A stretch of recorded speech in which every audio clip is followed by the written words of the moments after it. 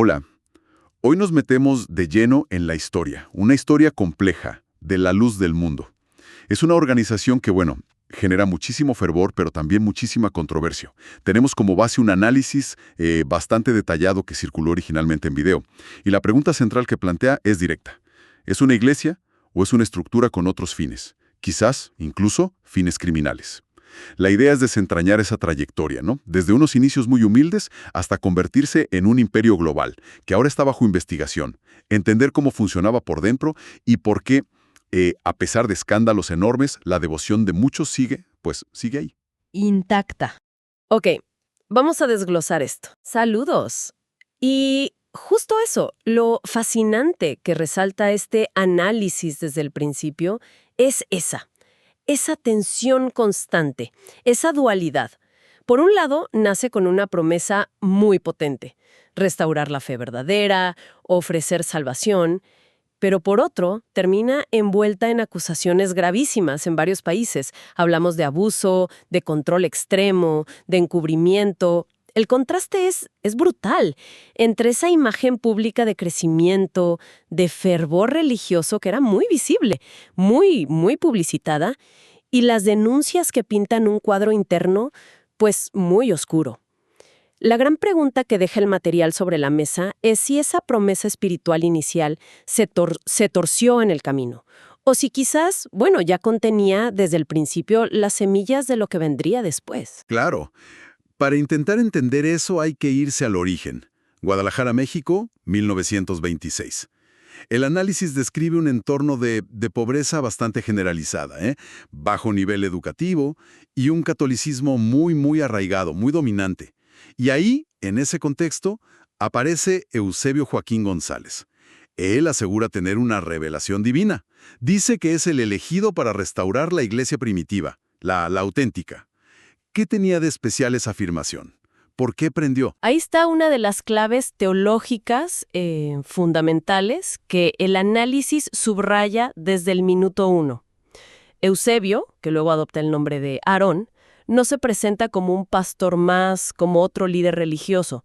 Él se declara el apóstol de Jesucristo, el único, el legítimo en la tierra, enviado directamente por Dios. Y aquí viene el giro radical, lo que lo diferencia. La salvación se obtenía exclusivamente a través de él. O sea, no era una nueva interpretación de textos o algo así. Era, digamos, un cuello de botella espiritual. Concentraba todo el poder, toda la autoridad en su persona. No en la comunidad, no en textos abiertos a interpretación. Eso marcó la estructura desde el vamos. Y esa concentración de poder se hizo muy concreta, muy física, ¿no? Ya para 1934 había fundado la colonia Hermosa Provincia, allá en Guadalajara. Y no era solo un templo enorme, que lo era. Era, como lo describe el análisis, un enclave completo. Un centro no solo de culto, sino de vida comunitaria, de organización y, muy importante, de control. Control doctrinal y social. Una estructura totalmente vertical. El apóstol arriba, indiscutible. Y una base que tenía que obedecer. No parecía haber mucho espacio para dudar o disentir. Exacto. La hermosa provincia es como la materialización de eso que el análisis llama crear un mundo aparte para los fieles. Un ecosistema cerrado, diseñado, bueno, para aislar de influencias externas, de críticas. La vida entera, el trabajo, la familia, la educación, las relaciones, todo giraba en torno a la iglesia y a la figura del apóstol. Y esto, claro, no solo fomentaba la cohesión del grupo, sino que reforzaba enormemente la dependencia, facilitaba el control. Desde ahí, la expansión inicial por México y Centroamérica fue, digamos, más sencilla. Claro, se crea como una realidad paralela. Ahora, llega a 1964. Muere Aarón. Uno podría pensar que eso podría, no sé, disolver el movimiento, fragmentarlo. Pero no. Su hijo, Samuel Joaquín Flores, asume el título. El análisis lo compara casi con una monarquía espiritual. ¿Cómo se aceptó tan fácil esa sucesión? Esa cosa hereditaria. Confirmación divina. La estructura ya estaba, digamos, acostumbrada a esa autoridad absoluta. unipersonal. Y bajo Samuel, el culto a la personalidad, que ya existía con Aarón, se dispara, se intensifica muchísimo. Samuel además moderniza la imagen de la Iglesia, la internacionaliza de forma masiva. Estados Unidos, el resto de América Latina, llega a Europa, a África. Construye templos enormes, uno de los más grandes del continente, de hecho. La organización acumula un poder económico y una influencia social y, cada vez más, política muy notables. Para muchos observadores externos, era un fenómeno de fe impresionante. Pero internamente, según los testimonios que recoge el análisis, la estructura se volvía todavía más hermética, y al poder del apóstol, si cabe, más absoluto. Y las muestras de devoción hacia él eran, ¡wow!, intensas. El análisis describe escenas impactantes, multitudes coreando su nombre, alabanzas que parecían ir más a él que a Dios, pancartas con lemas como «Gracias por existir, apóstol». Sus cumpleaños eran eventos masivos, casi como fiestas de Estado dentro de la comunidad. A los niños se les enseñaba que Samuel era, bueno, la encarnación del amor divino en la tierra. Hay relatos de gente que buscaba tocarlo para sanarse. Criticarlo era impensable, una blasfemia directa. Pero es justo bajo ese manto, ¿no?, de divinidad terrenal y de expansión exitosa que ya en los años 90 empiezan a filtrarse las primeras sombras serias. Eso lo detalla bien el análisis. Surgen rumores persistentes, luego testimonios más directos de exmiembros, de familiares, que hablaban de abusos de poder, de manipulación emocional, de conductas inapropiadas. Y aquí entra en juego el mecanismo de defensa clave que el análisis disecciona: la negación sistemática. El silenciamiento. ¿Cómo lo justificaban? Con una doctrina central, la infalibilidad del apóstol. La enseñanza era literal. El apóstol no puede pecar. Punto. Por lo tanto, cualquier acusación era, por definición, una mentira del diablo, un ataque orquestado contra la obra de Dios. Se construyó así un blindaje doctrinal, perfecto para el líder. Una inmunidad total, básicamente. Y ese modelo, ese patrón, se repite en la siguiente transición. Muere Samuel Joaquín en 2014, y su hijo, Naasón Joaquín García, es proclamado como el nuevo apóstol. De nuevo, el análisis es claro. Fue automático. Se presentó como otra revelación divina que confirmaba el linaje, sin debate, sin elección. Como dice el material, nadie cuestionó porque cuestionar era dudar de Dios. Naasón, sin embargo, sí cambia la estrategia, al menos la pública. Proyecta una imagen más moderna, más mediática. Usa muchísimo las redes sociales, busca activamente la legitimación externa, el reconocimiento internacional y político. El análisis detalla cómo se multiplicaron las reuniones con políticos de alto perfil, con empresarios, diplomáticos. Hubo actos que generaron mucha polémica, como un homenaje en el Palacio de Bellas Artes de México, que muchos interpretaron como un uso indebido de un espacio cultural laico, y también una recepción con honores en la Cámara de Diputados. Para la Iglesia, cada uno de estos eventos era una prueba más de la bendición divina y del reconocimiento mundial hacia su líder. Y aquí es donde la historia da un giro dramático. Porque mientras esa fachada de respetabilidad, de poder, crecía y brillaba, el análisis revela que puertas adentro la situación era muy diferente. Las denuncias de abuso, de coerción, de manipulación espiritual, de chantaje emocional y sexual, no solo continuaban, sino que parecían intensificarse bajo Naasón. Eran historias muy parecidas a las que habían circulado sobre su padre, pero seguían siendo sistemáticamente ignoradas, negadas o castigadas dentro de la estructura. Parecía un secreto a voces, pero contenido por un muro de silencio muy fuerte. Hasta que ese muro se derrumbó, y de forma estrepitosa, junio de 2019. Naasón Joaquín García es arrestado en Los Ángeles, California. Los cargos eran múltiples y extremadamente graves: abuso sexual de menores, producción de pornografía infantil, tráfico de personas, extorsión. La noticia fue una bomba, mediática, global. De repente, el foco del mundo entero se posó sobre la luz del mundo. Y las preguntas eran inevitables, urgentes. ¿Cómo fue posible? ¿Cómo pudo ocurrir esto durante tanto tiempo? ¿Nadie adentro sabía o lo denunció? ¿Por qué las autoridades no actuaron antes? La reacción inmediata de la cúpula de la Iglesia y, bueno, de una gran parte de los fieles, como documenta el análisis, fue la esperable dentro de su cosmovisión, ¿no? Esto era una persecución religiosa, una prueba de fe orquestada por Satanás para destruir a la Iglesia verdadera. Se instruyó a los miembros a no consumir noticias externas, a desconfiar de los medios. Los testimonios de las víctimas que empezaron a surgir públicamente fueron desacreditados. Se les tildó de mentirosos, de mentirosas. Durante todo el proceso judicial en Estados Unidos, la veneración a Naasón, ahora encarcelado, no disminuyó. Al contrario, en muchos sectores de la Iglesia se intensificó. Mientras tanto, la justicia estadounidense seguía su curso. El análisis menciona la acumulación de pruebas que se consideraron, contundentes. Había videos, mensajes de texto comprometedores, fotografías, pero sobre todo estaban los testimonios, detallados, desgarradores, de varias víctimas, conocidas como Jane Does, para proteger su identidad. Describían el modus operandi del círculo íntimo del apóstol. El clímax judicial llegó en junio de 2022. Naasón Joaquín García, tras un acuerdo con la Fiscalía, se declaró culpable de 3 cargos graves de abuso sexual de menores. La sentencia, 16 años y 8 meses de prisión. Y aquí llegamos a uno de los puntos más desconcertantes, algo que el análisis intenta explicar, incluso después de esa declaración de culpabilidad, admitiendo crímenes tan graves, la institución como tal, y muchísimos de sus seguidores, no solo no lo repudian, sino que siguen refiriéndose a él como apóstol de Jesucristo. Su imagen sigue en los templos, se le sigue rindiendo homenaje.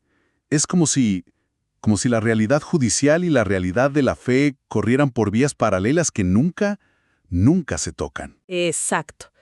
Y eso obliga a profundizar en el cómo fue posible, cómo se llegó a esto.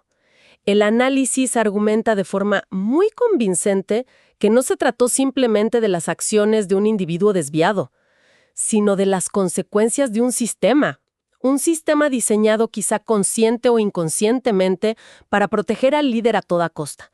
Una estructura piramidal extremadamente rígida. El apóstol en la cúspide, investido de esa autoridad divina, de esa infalibilidad doctrinal que mencionábamos, y debajo un cuerpo ministerial que, según los testimonios recogidos, a menudo funcionaba más como una guardia pretoriana, leal al líder, que como pastores preocupados por el rebaño. Su función primordial parecía ser mantener la ortodoxia, silenciar cualquier disidencia y, sobre todo, asegurar la continuidad del poder apostólico. El análisis también detalla los mecanismos internos que aceitaban ese sistema. Una educación impartida desde la niñez basada en la obediencia ciega. Total. La idea martillada constantemente. Cuestionar al apóstol era una herejía gravísima, equivalente a rebelarse contra Dios mismo. Se describe cómo se manipulaba espiritual y hasta económicamente a las víctimas, a sus familias, convenciéndolas de que denunciar era un pecado que atraería la maldición divina, que destruiría la obra santa. El miedo. El miedo era una herramienta potentísima. Miedo a la condena eterna, al ostracismo social, a perder a la familia. La disidencia no era tolerada, se castigaba de forma ejemplar, etiquetándola como rebelión o incluso posesión demoníaca. Y si conectamos esto con el panorama más amplio, el análisis también apunta a factores externos, a una cierta complicidad o, como mínimo, a una negligencia importante por parte de algunas autoridades. Menciona específicamente la influencia política que la luz del mundo llegó a cultivar, sobre todo en México, pero también en otros lugares. Políticos de distintos partidos, de distintos niveles, asistían a sus eventos multitudinarios buscando capitalizar el voto corporativo de sus fieles. Esa presencia, argumenta el material, les otorgaba una capa de legitimidad, de respetabilidad, incluso cuando ya circulaban denuncias serias. Hubo, se sugiere, una falla en investigar a fondo y de manera temprana las acusaciones que sí llegaron a las autoridades. La complicidad a veces no requiere acción directa, basta con mirar para otro lado. Además de ese factor externo, estaba el blindaje psicológico interno, ¿verdad? Esa narrativa constante, omnipresente.